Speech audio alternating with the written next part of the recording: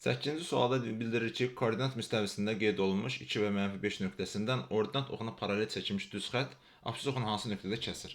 Öncə qeyd eləyək ki, bunun qrafik formasını çəkmiş olsaq, bu formada bir qrafikdir və burada bizdən nəyə soruşur? Deməli, uyğun nöqtələri qeyd eləsək, bura 2 nöqtəsi olsa, bura -5 nöqtəsi olsa, yəni bu y oxudur, bu isə x oxudur.